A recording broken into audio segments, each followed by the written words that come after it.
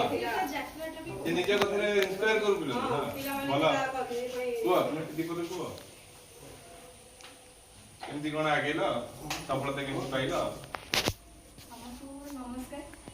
ଆଉ ମାନେ କହି ତ ମୁଁ କିଛି ଅଧିକ କିଛି ପାରିବିନି, ଖାଲି ଗୋଟେ କଥା କହିବି, ମାନେ ମୁଁ ତ ଅନ୍ୟ କିଛି ଲୋକଙ୍କ କଥା କହିପାରିବିନି କେମିତି ସମସ୍ତେ ସଫଳ ପାଇଛନ୍ତି, ନିଜ ଅନୁଭୂତିରୁ ଯାହା କିଛି କହିପାରିବି। ସବୁବେଳେ ମୁଁ ଭାବେ କି failure is the pillar of the success. ମାନେ ଆମେ ଗୋଟେ ଜାଗାରେ ଫେଲ୍ ନହେଲେ ଆମେ ସେଟା ସକ୍ସେସ୍ ହେବା ପାଇଁ ସେତିକି ଜୋସ୍ଟା ଆସିବନି। ମୋର ମ୍ୟାଟ୍ରିକ୍ ବି ଖରାପ ହେଇଥିଲା, ଭଲ ହେଇନଥିଲା। ଯେଉଁ ନମ୍ବରରେ ସାର୍ ମାନେ ଯେତିକି ଏକ୍ସପେକ୍ଟ କରିଥିଲେ ସେତିକି ମୁଁ ଦେଇପାରିନଥିଲି।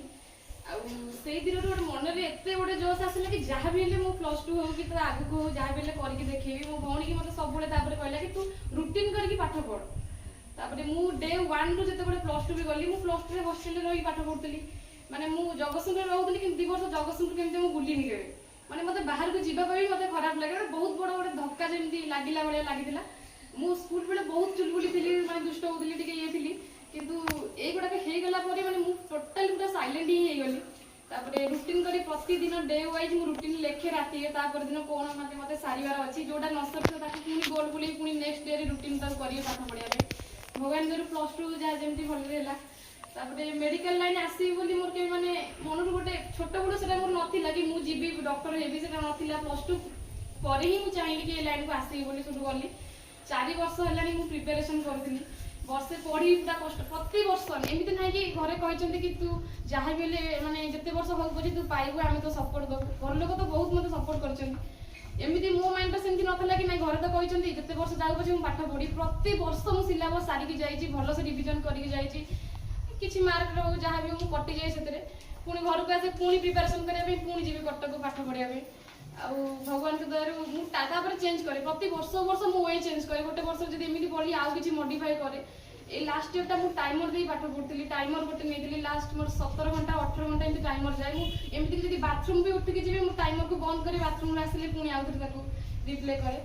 ଆଉ ମାନେ ମୋତେ ବହୁତ ଖୁସି ଲାଗୁଛି କି ବାପା ଏଠି ଠିଆ ହେଇଛନ୍ତି। ଯେଉଁ ସ୍କୁଲରେ ମୁଁ ମାନେ ପାଠ ପଢ଼ିକି ଯାଇଥିଲି, ଏଠୁ ଉଠିକି ଯାଇଥିଲି, ସେ ସାର୍ ମାନେ ଏଇଠି ଅଛନ୍ତି, ମୋତେ ଡାକିଛନ୍ତି ତୁମମାନଙ୍କ ଆଗରେ କିଛି କହିବା ପାଇଁ ବୋଲି।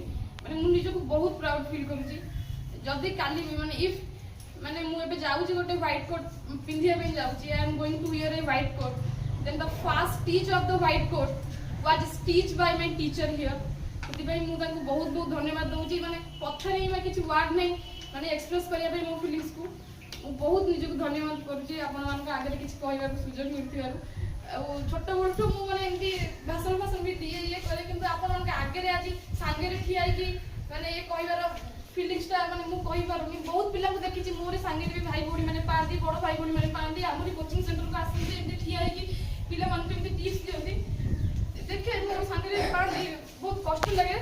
ଆଉ ପୁଣି ଜୋସ୍ରେ ପଢ଼େ, ଘର ଲୋକଙ୍କୁ ମୁଁ କହିପାରୁନି। ଏମିତିକି ଏଇ କୋଭିଡ୍ ନାଇଁ ଏବେ ଯେଉଁ ଗୋଟେ କ'ଣ ହେଇଥିଲା, ସବୁ ହଷ୍ଟେଲ ପୁରା ବନ୍ଦ ହେଇଯାଇଥିଲା, ଖାଇବା ପିଇବା ଗ୍ୟାସ୍ ସରିଯାଇଥିଲା ବୋଲି 5 ଦିନ ପାଇଁ ଟୋଟାଲ୍ ବନ୍ଦ ହେଇଯାଇଥିଲା ହଷ୍ଟେଲ, ପୁରା ଖାଇବା ଦିଆହେଇନଥିଲା। ସମସ୍ତେ ଘରକୁ ପଳେଇଲେ, ମୁଁ ଘରକୁ ଆସିଲିଣି, କାହିଁକିନା ଘରକୁ ଆସିଲେ ଆମ ଘରେ ଡିଷ୍ଟର୍ବ ହେବା ପାଇଁ କେହି ନାହାନ୍ତି, କିନ୍ତୁ ଘରେ ଆସିଲେ ମୁଁ ପଢ଼ିପାରେନି ଭଲରେ।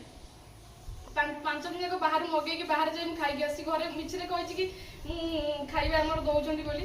ମାନେ ବହୁତ ମାନେ ଷ୍ଟ୍ରଗଲ୍ ଲାଇଫ୍ଟା ମୋର, ବହୁତ କିଛି ମାନେ ମୁଁ କରିକି ଆଜି ଲାଇଫ୍ରେ ମାନେ ଏଇ ଜାଗାରେ ମୁଁ ପହଞ୍ଚିଛି। ମୁଁ ବହୁତ ନିଜକୁ ଧନ୍ୟବାଦ କରୁଛି। ଆଉ ତମମାନଙ୍କୁ ଏତିକି କହିବି, କେବେ ବି କେଉଁ ଗୋଟେ ଏକ୍ଜାମ୍ରେ ଫେଲ୍ ହେଇଯାଉଛ କି ଗୋଟେ କୋଉଥିରେ କମ୍ ମାର୍କ ରହିଯାଉଛି, କେବେ ବି ମନ ଦୁଃଖ କରନି କି ଏଇଟା ହେଲାନି ନ ହେଲାନି। ଟୋଟାଲ୍ ସେଇ ଜୋସ୍ ରଖ, ଯାହା ବି ହେଲେ। ଏଇଟା ମୋର ଫାଷ୍ଟ ପାହାଚ ଥିଲା, ଯେଉଁଟା ମ୍ୟାଟ୍ରିକଟା, ସେଇଟା ମୋର ଖରାପ ହେଲା। ପ୍ରଥମ ପାହାଚଟା ଖରାପ ହେଲା, କିଛି ବି ସେଥିରେ ମାନେ ଚିନ୍ତା କରିବାର ନାହିଁ। ଏମିତି ଚେଷ୍ଟା କର କି ନେକ୍ସଟ ପାହାଚ ଯାହା ବହୁତ କିଛି ଆଗକୁ ଅଛି, ଯାହା ବି ତାକୁ ଭଲରେ ଲାଗେ। ଥରେ ଫେଲ୍ୟୁର ନହେଲେ ତମେ କେବେ ବି ଉଠିବା ପାଇଁ, ଷ୍ଟାଣ୍ଡ କରିବା ପାଇଁ ସେତିକି ଜୋସ୍ ଆସିବନି। ତାପରେ ଏତିକି କହିବି, ତମମାନେ ସବୁବେଳେ ବହୁତ ଭଲରେ ପାଠ ପଢ଼ାପଢ଼ି କର, ସାର୍ ମାନଙ୍କ କଥା ମାନ, ଆଉ ଆଗକୁ ବହୁତ ଭଲରେ ଯାଅ।